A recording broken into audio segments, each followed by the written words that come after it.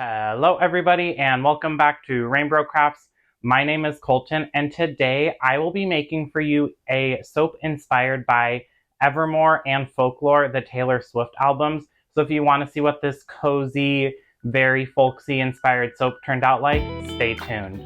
Alrighty, let's get this Taylor Swift inspired soap started. So this is the only soap in the Dazzling Divas collection, at least so far, that isn't inspired by a specific song, but more a collection of albums. So Folklore and Evermore are the two inspirations for this. Very warm and cozy, like a big sweater. Probably the most direct song related to the soap would be Cardigan, I would say. And so we used the album cover and also that kind of like warm, cozy feeling that those specific albums embody to determine the fragrance blend and also the colors that we used.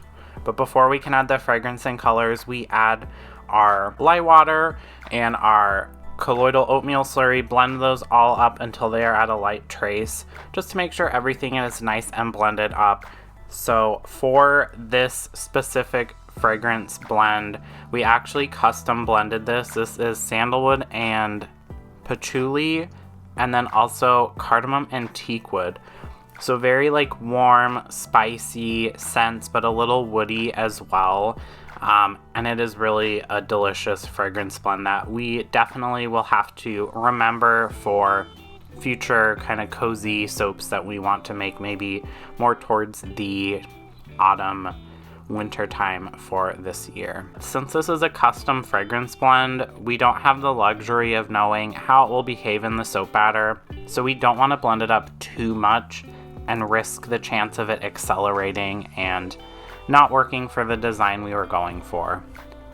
For this design, we will split off the soap batter directly in half because we are doing two different colors, a warm kind of coppery color and then a really like rich, kind of like brownish color. There is some ultra sparkle mica in the brown color that I am pouring in now that will show up in the soap as big glittery chunks in the soap.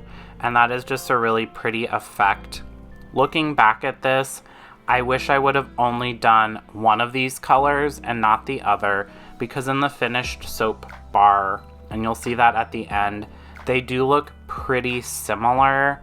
It still gives the like sepia tone vibes of the album, but I kind of wish I had a bigger color difference to make it a little more impactful than what I ended up getting. But you know what? It's still pretty. It still smells really, really good. So overall, I'm still happy with it. And you will have noticed I poured off about a half cup's worth of unscented soap base into a little glass pour pitcher there, because that is going to be for the top design, and I didn't want the soap to accelerate and not work for what I was thinking here.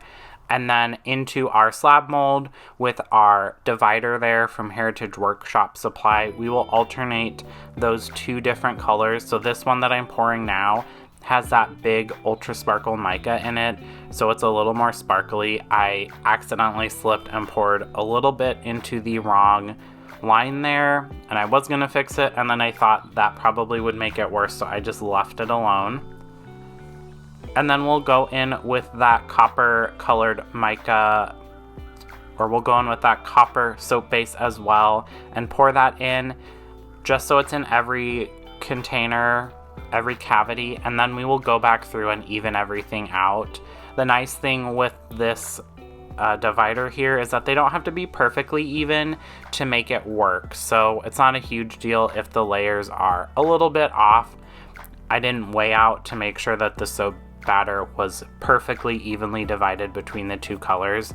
I did get pretty lucky here, and it's pretty close to even, but I also have been making soap, so I kind of have a good eye for what a half batch is versus a full batch and a third batch when dividing up for colors. So if you wanted to, you could weigh it out. We just didn't.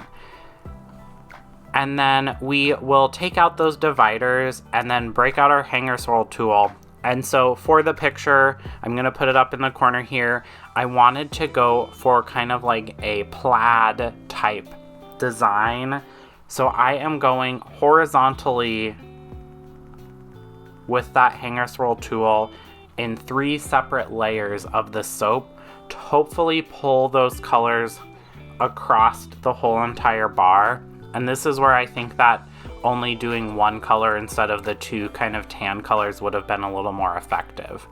And then just like that picture I showed, there are some nice kind of bright orange accent colors. And so I was hoping that this would get that effect across. So this is that unscented soap base. And I am going to try and push this down through the dividing colors with the hanger swirl tool.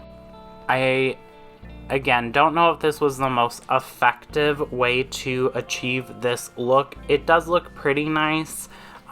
If I remade this soap in the future, I probably wouldn't do this exact method because it wasn't as impactful as what I was hoping for. But you know what? You live and you learn, and you make the best of it.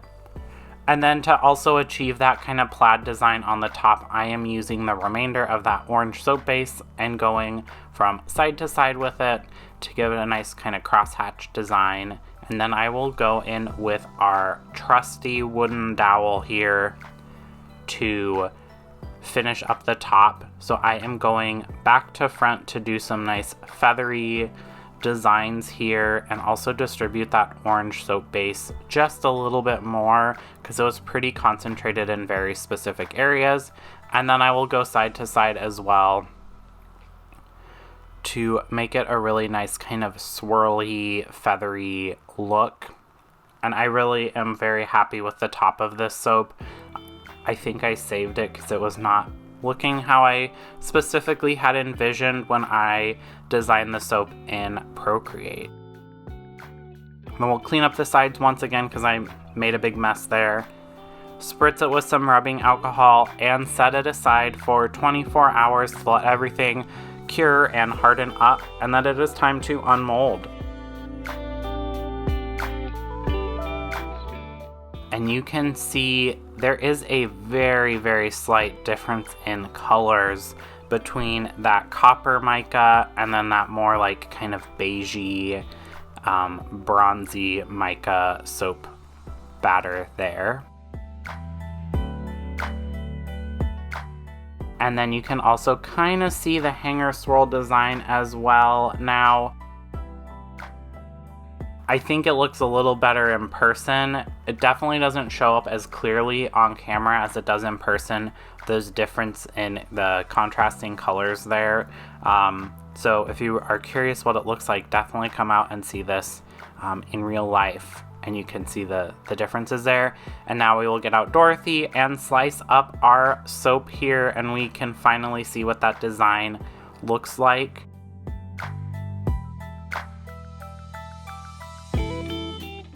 And it kind of worked, it kind of didn't, but that's all right. I still am happy with it. I just think if I did remake this, I probably would do something a little bit different to achieve the kind of warm designs that I was going for.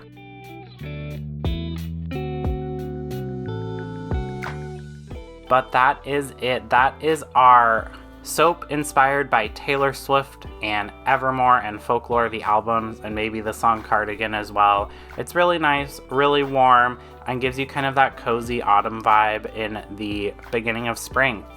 Thanks to all of our subscribers and our big ol' flamers. If you want to get soaps of the month from us or candles of the month, check out our website for details on that. We appreciate each and every one of them and their exclusive club that they are members of.